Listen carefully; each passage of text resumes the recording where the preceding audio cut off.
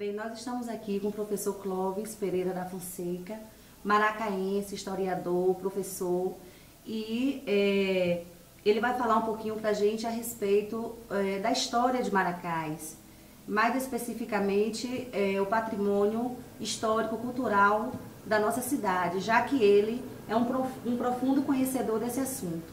Boa noite, professor. Boa noite. É um prazer enorme estar aqui com o senhor. Muito obrigada por essa gentileza, essa cortesia de ter nos atendido. Para mim também. Bom, a historiografia a respeito dos índios de Maracás não tem atribuído justiça a ele. Esta etnia foi retratada como grupos selvagens que deram trabalho para os bandeirantes. O que o senhor pode falar acerca desse assunto dos índios, professor? Pois não. Maracás, a primeira penetração, adentramento no município de Maracás aconteceu no século XVII, 1659, quando o então governador da Bahia resolveu fazer um estudo a respeito da Serra Geral.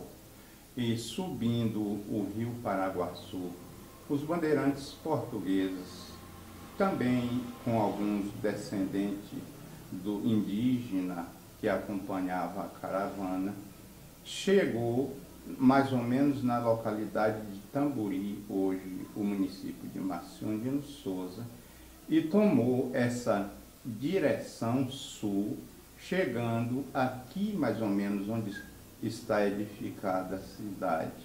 Aqui deram combate aos índios da tribo Maracás. Esses índios localizavam, ocupavam toda a região entre o rio Paraguaçu, que está lá no atual município de Marcionino Souza, e o rio de Contas, ocupava toda essa região. Os índios ajudaram na fundação da cidade, é claro, mas depois eles foram banidos, foram praticamente exterminados, e os que não foram mortos pela ação dos portugueses fugiram para o sul da Bahia, em direção ao sul da Bahia. Professor Clóvis, e quais as contribuições singulares que os africanos deixaram para a nossa cidade? Pois não, depois dos indígenas, os africanos vieram, as primeiras levas de africanos chegaram nos primeiros tempos da fundação do município de Maracás. É muito curioso a gente saber que na Rua do Barranco, que foi a primeira rua da cidade de Maracás, não é? Naturalmente porque está ali perto da Aguada, da nascente do Jiquiriçá. Isso é uma tradição não só da história de Maracás, mas da história do mundo inteiro. Todos os povos foram localizados nas proximidades de um grande rio, não é? E Maracás não foi diferente. E na Rua do Barranco eu conheci vestígio de uma carreira de casas, não é, uma rua, mais ou menos com 15 a 18 casas. Os antigos diziam que essas casas tinham a altura de 1,40 m, 1,60 m. Muito curioso, não é? Uma casa com uma altura de 1,60 m. Muito baixo, né? Uma porta e uma janela de frente e portas que se comunicavam entre si. Quem entrasse na primeira casa saía na última internamente. Naturalmente, eles usaram essa arquitetura para facilitar uma fuga, no caso de necessidade, não é? Mas a contribuição africana aqui em Maracás é muito grande. Maracás, naquele tempo, vivia mais da agricultura.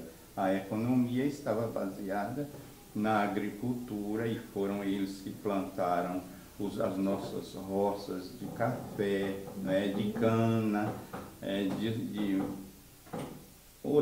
executaram também outras atividades e trabalharam como doméstico. A minha família, por exemplo, a família Saraiva, trabalharam, a maioria dos membros da minha família trabalharam como domésticos. A minha bisavó trabalhou para uma família aqui de sobrenome Saraiva e, inclusive, herdaram o nome. O nosso nome não veio, o sobrenome da minha família não veio da África. Recebeu aqui em consequência do nome dos patrões. E eles contribuíram largamente para a formação do povo maracaense. E tem o vestígio lá da Rua do Cuscuz, não é? Que ficou ali durante muito tempo remanescentes da raça. É uma comunidade fechada, onde o branco não podia entrar. O problema de só ter negro na Rua do Cuscuz não era porque os brancos não queriam entrar, não. É porque eles não deixavam que os brancos entrassem. E a gente pode ver também que a Fazenda Estiva, que está a uns 3 quilômetros mais ou menos da cidade de Maracás, foi um quilombo.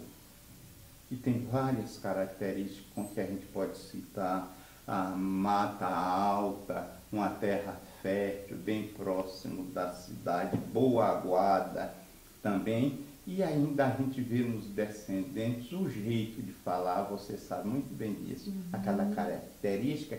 E também a produção, cestos, panacuns, caçoás, etc., que até hoje eles continuam fabricando. Tá. Ô professor, por que Rua do Cuscuz? Porque fazia o cuscuz lá para vender na rua.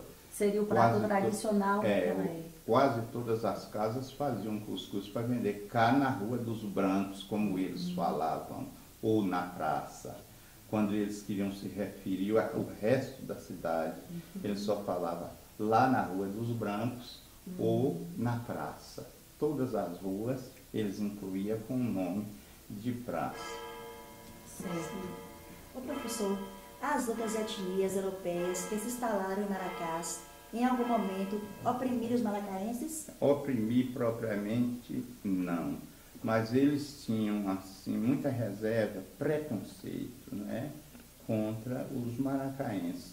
Eu mesmo fui vítima de muita discriminação por parte dos italianos. O senhor poderia citar uma, professor? Bom, no dos alemães, dos italianos, como nós conversamos antes da entrevista, eles, às vezes eu ia fazer compras para minha mãe, o Carlos Marinhello me intimava e mandava que eu fosse fazer trabalhos mandados para ele. Eu parava o trabalho de mãe para ir atender a ordem deles. Vinha trazer, sobretudo, feira, objetos aqui numa casa que tinha aqui nessa rua. Bom, e os alemães, tinha um alemão, não sei se você já ouviu falar o nome dele, Ricardinho. Ele andava aí na rua e bebia muito, etc. Um dia eu falei com ele: Ricardinho, você às vezes me responde com muita grosseria. Daí a pouco você quer me bater? Ele: bater? Não, que eu não vou sujar minha mão de carvão.